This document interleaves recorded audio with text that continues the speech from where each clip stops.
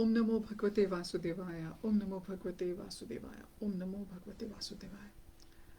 Okay, we'll continue our reading from chapter number 5 of Canto 8 from Srimad Bhagavatam, Brilliant as the Sun, retelling of Srimad Bhagavatam, Canto 8, Enchanting Pastimes. The chapter we were reading was chapter 5, The Gods Cursed. So it got interrupted. So we'll continue from where we left our reading. So we left at this point. Everyone gets their ability from Krishna, replied Brahma. For example, both the Brahmins and the Vedas come from the Lord's mouth. The Kshatriyas, along with their strength, come from his arms. The Vaishyas and their agricultural and entrepreneurial expertise comes from his thighs, and Shudras, along with their different inclinations to serve, come from his feet. Therefore, to succeed in any field of activity, one must please the Lord.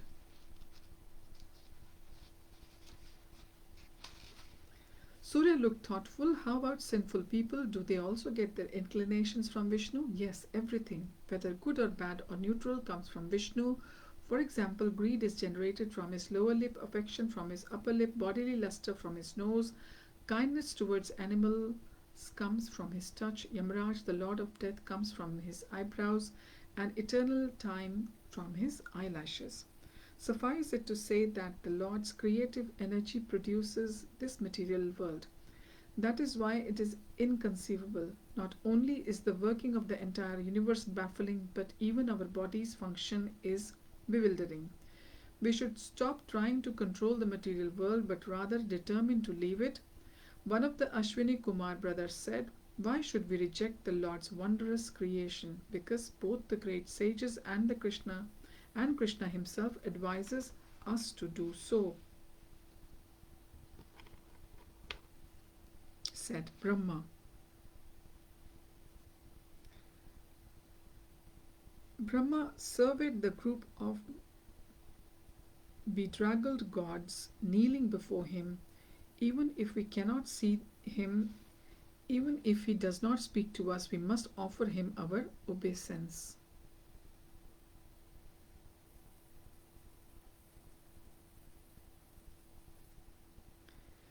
Indra said, "What does he want from us?" Brahma smiled. "He is completely self-satisfied. He is not attached to anything in this world. Even when he comes here to perform pastimes, he wants nothing for himself. However, it is good for us to surrender to him." Pleased with Brahma, Vishnu spoke from within his heart, "My dear Brahma, you may ask of me any boon." Brahma became very still. His whole countenance shone with a brilliant effulgence. The other gods looked at each other. They could tell he was having a profoundly mystical experience. He became quite eager to hear anything Brahma might say. Brahma spoke in a reverential tone, "Lord, we are your surrendered devotees. Kindly show us your eternal form. Which of my forms do you wish to realize, impersonal or personal? Please show us your personal feature, Lord, so that we can see your smiling lotus-like face. That original form is the source of your innumerable incarnations, which appear in every age to perform wonderful activities impossible for anyone else. Dear Lord, please do not let your devotees be baffled like the hard-working materialists. Unlike them, we devotees have dedicated our lives to your service. They think that work is the cause of success, but sometimes it simply results in frustration.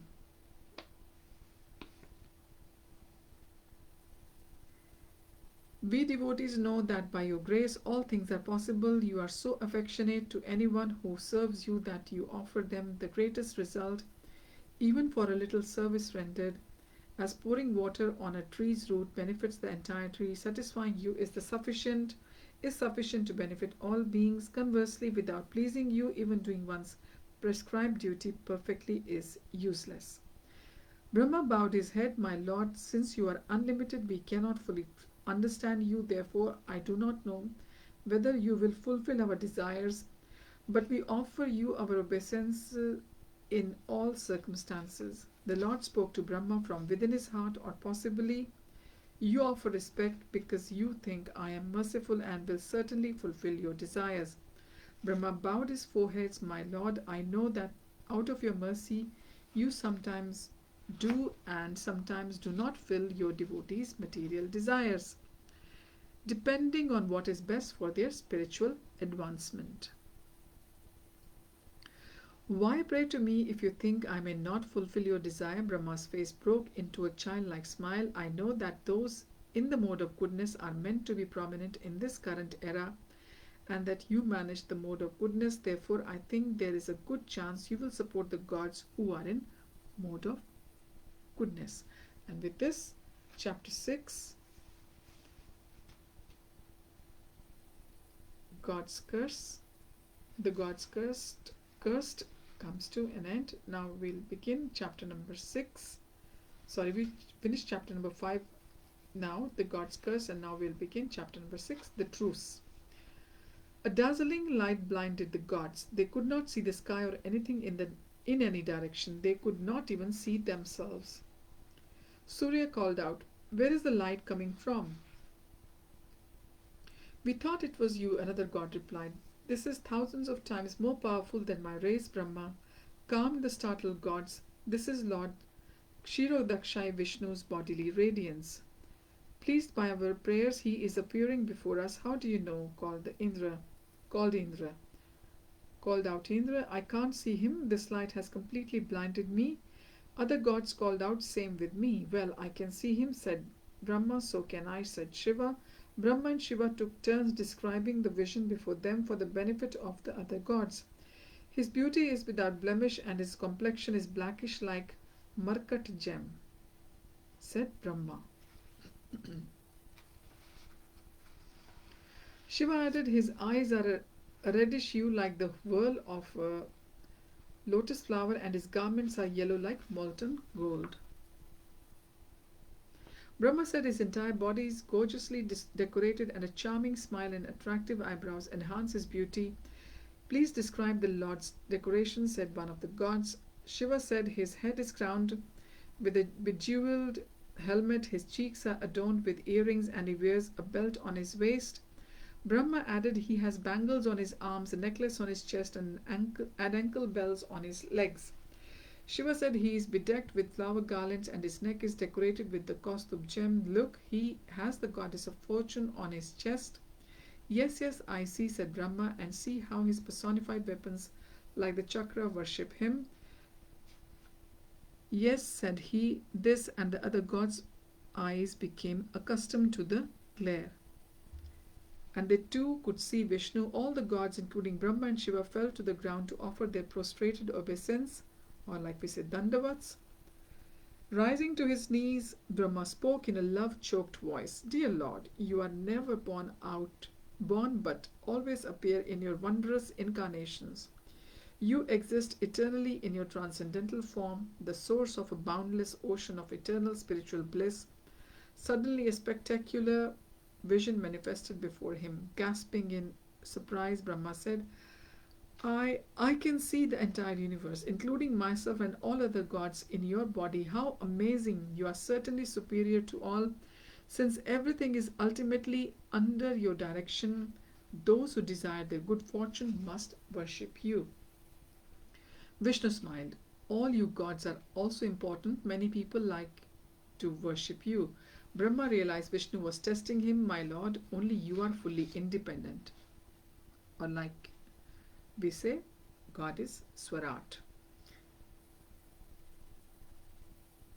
This is in the very first verse of the Srimad Bhagavatam, in first canto, first verse. We all receive strength from you. As a clay pot comes from, rests on, and finally returns to the earth, this entire universe arises from you, is supported by you, and in the end returns to you. You use your energies to create the cosmos, and you enter it and remain here. Nevertheless, you are never affected by the material qualities. "How do you know that?" asked Vishnu. "Those advanced in spiritual consciousness, fully knowledgeable of revealed scriptures, can see these truths with clear minds unaffected by the modes of nature. Since material qualities do not touch me, how do they see me? Asked Vishnu. Just as by your decree we can get fire by rubbing wood, or milk from the cow, or food grains from the land, or earn our livelihood by work, similarly humans can realize you by executing the practices of Bhakti Yoga, like hearing about and glorifying you, thinking of you and worshipping you. Vishnu nodded to show his approval of Brahma's answer. Feeling encouraged, Brahma said, O Lord, just as elephants afflicted by a forest fire become happy on entering the Ganges river, we are in transcendental bliss on seeing you. We have hankered for this for a very long time, and today we feel we have achieved the goal of our lives. My Lord, kindly accomplish what we have come here to ask for, since you are the super soul within and without. You already know what we require.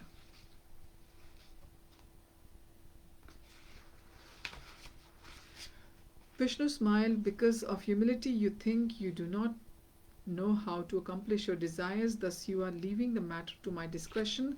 However, I know you are highly intelligent, therefore please tell me what you think is the solution to your problem. I will accomplish it. Brahma placed his palms together. Since all of us are tiny sparks of you, we do not know what is best for us. Please instruct us how the gods and the Brahmins may benefit. Vishnu understood Brahma's heart. He wanted to know how the gods could regain sovereignty over the heavenly planets. Vishnu remained silent for some moments, contemplating Brahma's request. We could easily recover the heavens from the asuras and return them to the gods, but he wanted to enjoy another pastime. He said, My dear gods,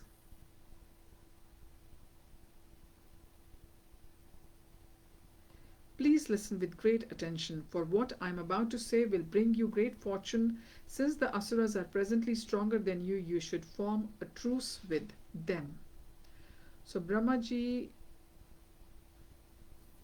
who is the creator of this universe, who was empowered by the Lord himself, he's explaining that Lord wants to have a pastime.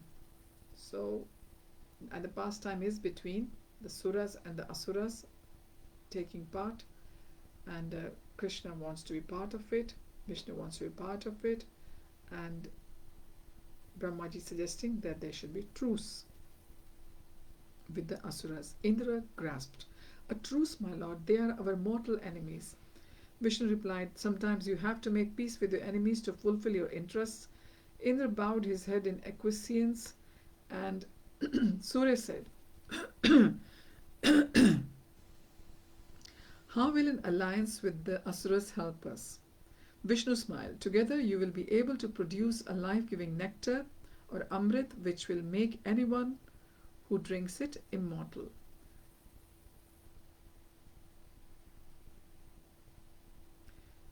The gods looked quizzically at each other. Brahma asked, how are they to do that, my lord? Vishnu returned to Indra. You and your companions should collect all kinds of vegetables, grass, creepers and medicinal herbs, throw them into the milk ocean. Then you should cooperate with the asuras to churn the ocean. You can use Mandar mountain as a churning rod. I will also help. If the asuras become immortal, they will give everyone endless grief, said Indra, frowning. Vishnu smiled. Have no fear, they will help with the labor, but you gods will reap the benefit. Indra said, they will never allow that. They are more powerful than us now. If anything, they will take all the nectar from us. Vishnu spoke reassuringly. Whatever they do, do not argue with them. Be agreeable and acquiesce to all their terms. Is there anything else we should know? Asked Chandra. Vishnu said, the first thing that will be generated is a poison known as Kalakut. Do not be alarmed by that. After that, other products will manifest from the churning. Don't be greedy to get any of these, nor angry when the asuras snatch them. So Vishnu is telling them everything. So in other words, they are being forearmed by Vishnu, the Suras, against the Asurs. Indra said, we should stay focused on getting the nectar.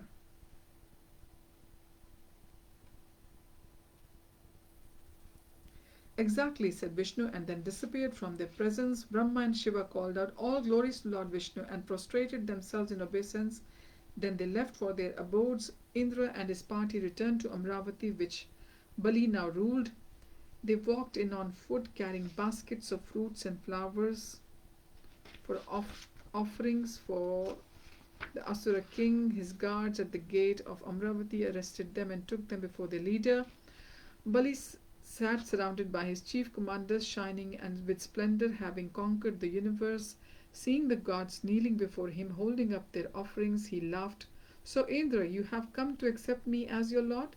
One of the Asur generals unsheathed his sword and jumped to his feet.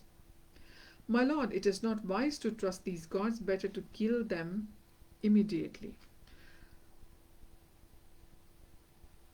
Other commanders snarled, kill the gods, and pulled out their weapons. Bali smiled and motioned with his hands for them to sit down. My dear friends, he laughed, we are great heroes, cultured rulers of the universe. Those who know religion always treat a guest with courtesy. The Devas have come without weapons and in peace. Turning to Indra, Bali said, present your tribute. Each god stepped forward in turn, placed his offering on the crystal steps below the throne and knelt before Bali, who commanded his servants to bring low seats for them.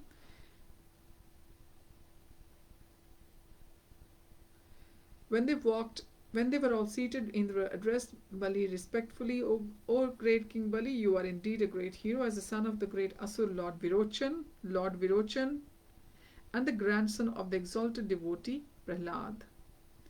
It is not surprising that you act perfectly in accord with the religious principles.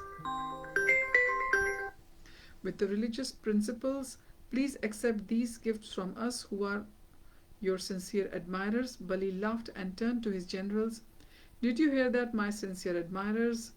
All the Asura chiefs and soldiers laughed mockingly, but remembering Vishnu's words, the gods did not react. So what caused this change of heart? Asked Bali. Indra said, the supersoul in the hearts of all beings, Lord Vishnu, being equal to all, desires your good. He has asked us to give up all enmity and quarrel with you and instead cooperate to produce an elixir of mortality. Bali summoned his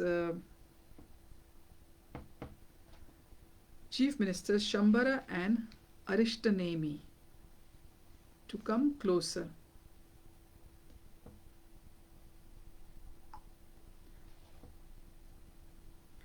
What do you both think? He whispered.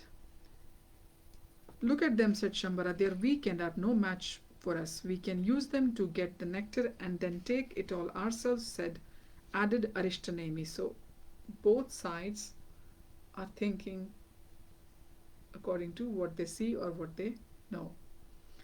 I think so too, said Bali. He turned to Indra. Very well, I agreed. Now go take some rest and refreshments along with your associates. We shall set off tomorrow.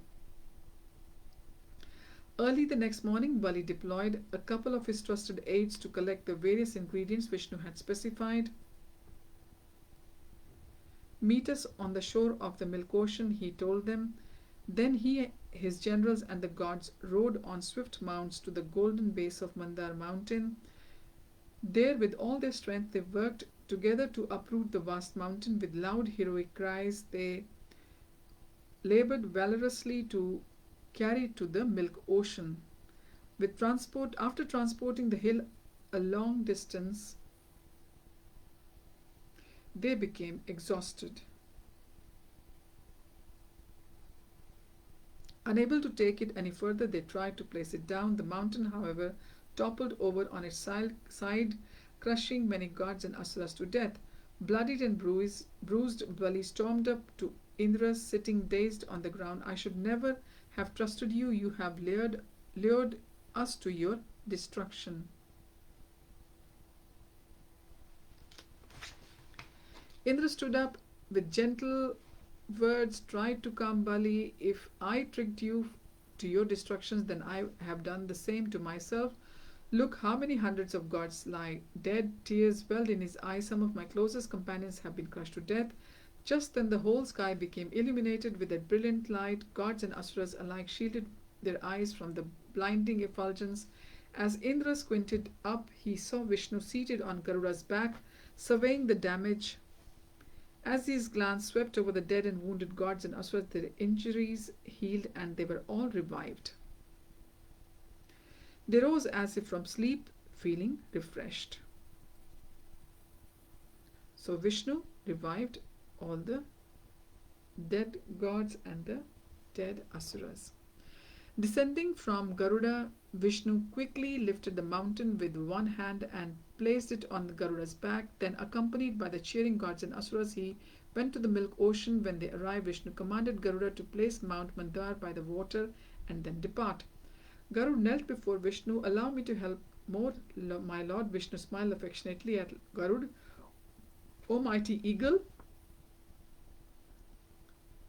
you have already accomplished what is only possible for you. Please return now to your abode. I have wished the serpent king Vasuki